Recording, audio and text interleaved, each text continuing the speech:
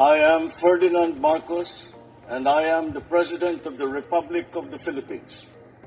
I stand today on behalf of 110 million Filipinos. Ang araw po sa inyong lahat at magbibigay na ako sa inyo ng pahayag tungkol sa kalagayan ni Saldico. Nananatili po siya sa kustodiya ng Czech Republic at isinasagawa natin ang lahat ng mga kinakailangang hakbang para sa kanyang pagbalik dito sa Pilipinas. Inutusan ko ang Department of Justice kasama ang Department of Foreign Affairs na pangunahan ang pakikipag-ugnayan sa mga otoridad ng Czech Republic upang matiyak na maayos at naayon sa proseso ang lahat ng kinakailangan. Magpapadala rin ng high-level coordination team upang tutukan ito. Ang ganitong mga proseso ay may sinusunod na mga legal na hakbang sa pagitan ng mga bansa.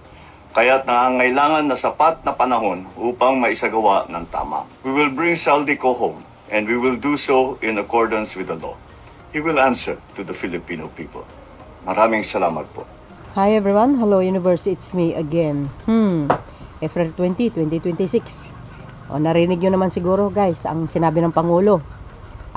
Hindi fake news yan. Pangulo ng bansa na mismo ang nagsabi na under sa kustodiya ng Czech Republic si Saldico.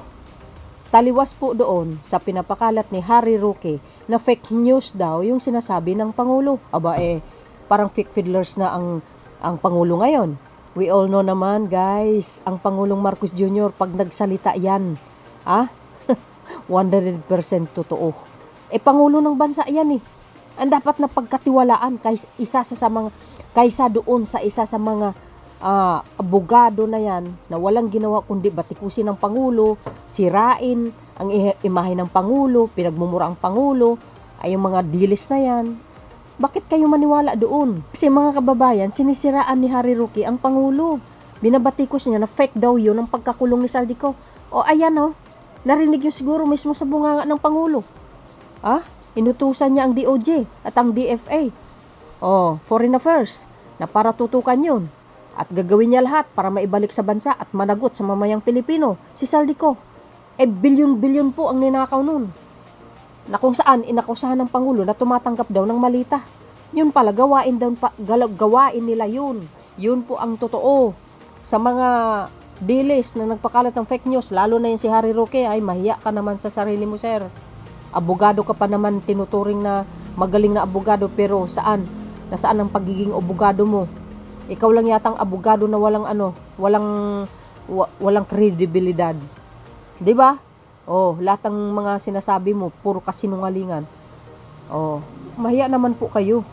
Imbes tumulong kayo para bumalik sa bansa, pati yung sarili mo ibalik mo dito sa bansa para panugutan mo yung mga kasalanan mo. Nakikita mo si PBBM, pero hindi mo nakita yung sarili mo. Land grabbing ka sabi ni Mr. Madriaga. Nang aagaw ka ng lupa na hindi sa'yo. Yung issue mo sa Pugo. Ay, nako. Kayo guys, wag kayong basta-basta maniniwala dito sa abogadong humba na ito.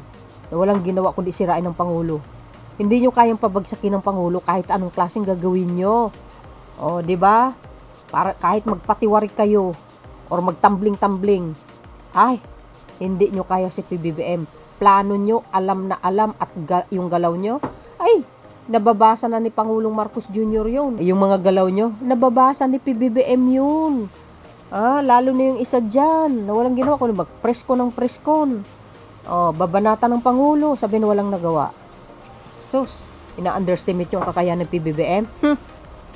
Napababa nga ang crime rate sa bansa na ito Ikumpara mo naman sa dating Pangulo, talaga naman brutal. Kaya nga siya nakulong ayan good news yan paglilinaw na si Saldico ay nakakulong sa Czech Republic. Kaya abangan po natin ang kanyang pagbabalik. Yan, ang kredibilidad ng pagkatao ni Pangulong Marcos Jr. Very high standard yan. Yan pa. Very classy. Ikumpara mo naman kay Harry Roque, walang ginawa kundi magpakalat ng fake news. Manira ng kapwa. Mabuti na atim nilang ganyan, sirain ng kapwa nila, Pilipino. Imbis tumulong na lang. Pero ang ginawa nila, wala. Nagpapakalat ng fake news. Grabe. Si Pangulong Marcos Jr., kilala na yan sa galing niyang mamuno. Sobra. As in, the best president ever. Yan. Nakakulong si Saldico. Kaya abangan nga natin, guys. Pagbalik niya, sino kayang susunod? Mayroong isa guys, yung sinubaybayan ngayon. Kaya time will come. Magugulat na lang tayo na mahuhuli na siya. Yung mga mastermind sa pagkawala ng sabungero. Kaya antabayan po natin. Hindi pa. Abangan po natin yung isa. Makonvict ba or ma-acquit? Impeachment pa more. So yun guys ang aking pinaka-latest update. Thank you guys for watching. See you again on my next upload. Bye and bagus. God bless Philippines. There's more. Follow me and likes ba guys. Bye everyone.